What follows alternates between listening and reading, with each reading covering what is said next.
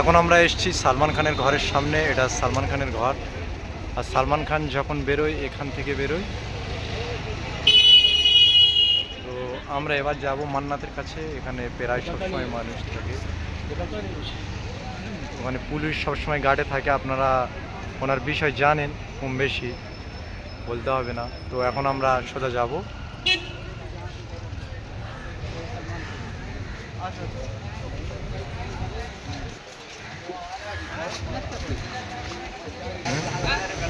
তো এপাশে রয়েছে, এপাশে ওনার বাংলো এবং এপাশে রয়েছে